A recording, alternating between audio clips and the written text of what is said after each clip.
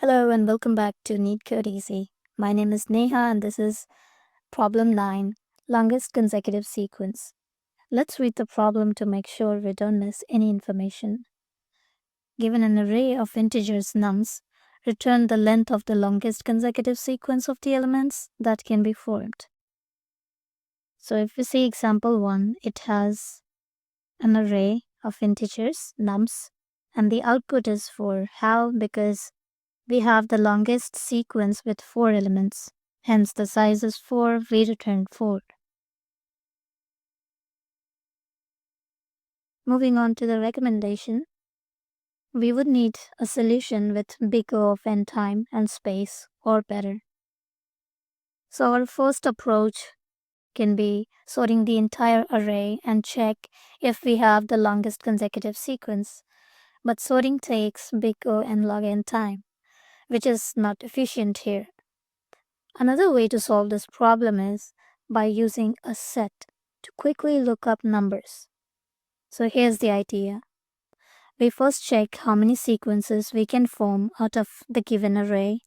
Once we find the sequences with the starting element, we continue each sequence by looking n plus 1, n plus 2, and so on as long as the numbers exist. And once we find all the sequences, we compare them and return the length of the longest sequence. So let's take example 1 here to understand it better. So to find out how many sequences we can form, we'll first go through the array and figure out which numbers can be start of a sequence. Starting with 2, we will check for n minus 1, which is 1 here. So does 1 exist? It doesn't, so we treat 2 as the start of the sequence. So we have 2 here with a new sequence. Next is 20. Here we look for 19. So 19 doesn't exist. It's also the start of a sequence. Then we reach for 4, but 3 does exist. So 4 is part of a sequence that already started. We skip it. Same with 3, 4, and 5. We already have 2, 3, and 4. So we skip all 3 of them. And lastly, for 10, we look for 9. As it doesn't exist, we start another new sequence. Now we have our sequences with starting numbers 2, 20, and 10. Let's build the sequence forward by checking n plus 1, n plus 2, and n plus 3 for all the given 3 sequences. So for 2, we will check for 2 plus 1. So do we have 3 here? We do. Add in the list and continue. We'll look for 4 now. Do we have 4 here? Yes, we do. So we add it and we move forward. Does 5 exist? Yes, it does. So we add it, keep moving. So finally we look for 6. It doesn't exist here, so we skip it and the sequence ends here. So now our sequence becomes 2, 3, 4, 5 with length 4.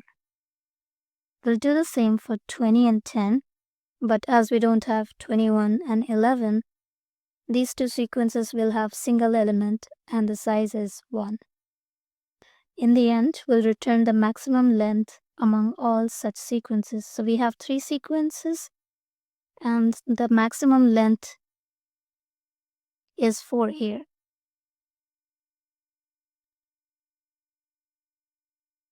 So that's how we are going to proceed. To make this process efficient, we'll use a hash set for fast lookups. That helps us keep both time and space complexity at big O of n. Now we understand the logic. Let's start writing the code. I'll comment these 2 lines out to make more space here. So first thing we'll do is convert the input list into a set, because set allows us for extremely fast average big O of 1 lookups, which is crucial for performance, and hence we are checking whether a number exists or not. Set is suitable here. So we'll convert nums into set. Next, we'll initialize a variable called sequence to 0. This will keep track of the longest consecutive sequence during the iteration. Now, we'll start a lookup to check each number n and check if n-1 is not in the set. So for num in nums, we'll check if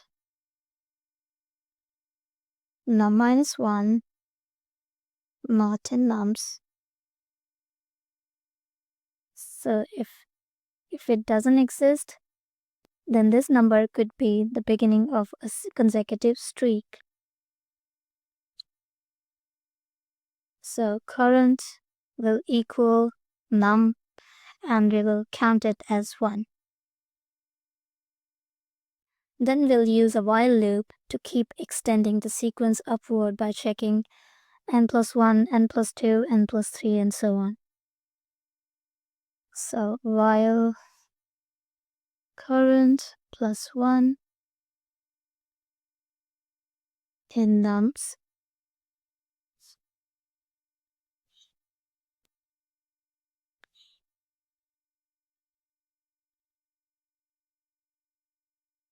here we'll move current to the next number and increase the count accordingly. So current plus equals 1 and the count plus equals 1. And once that sequence ends, we'll update the longest consecutive sequence found so far by taking the maximum of the current value of the sequence and the count we just calculated. So sequence will be, we are going to use max function here. So max of sequence and count.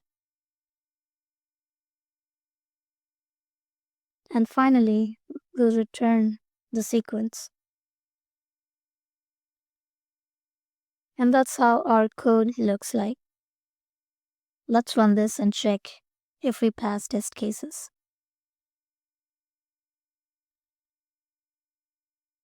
Great, all test cases are passed here. So as you can see, we have one for loop. Inside this for loop, we have a while loop. But even though we are using two loops, one loop inside another, the time complexity is still big O of n because we only process each number once. We use a set for quick lookups and only build sequences from numbers that are actually starting points. That way we avoid unnecessary work and keep things super efficient. Space is also big O of n here since we store all numbers in a set. So that's how we solved problem 9. If you're enjoying the series, check out the other videos. The upcoming problem is valid palindrome. And I'll see you in the next one. Bye-bye.